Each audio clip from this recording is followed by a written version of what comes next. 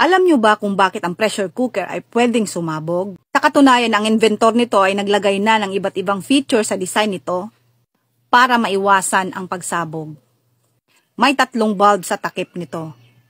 Ang malaki sa gitna ay tinatawag na pressure relief valve. Kapag nagluluto ng pagkain at ang pressure nito sa loob ay tumama na sa certain level, ang singaw nito ay tataas at pupunta sa relief valve para maibsan ang sobrang singaw sa loob ng cooker. Subalit para sa isang hakbang na kaligtasan ito'y hindi sapat. Kaya ang mga inventor ay naglagay pa ng 2 small or maliliit na valve sa takip. Para ito ay karagdagang backup kung sakali mang ang malaking valve ay nabigo.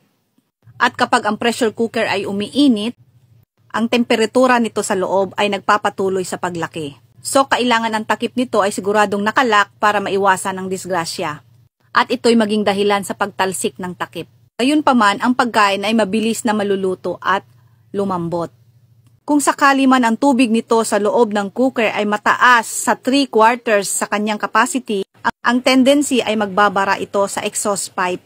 Kung mangyari man ito, ang cooker ay hindi makaka-release ng excess pressure.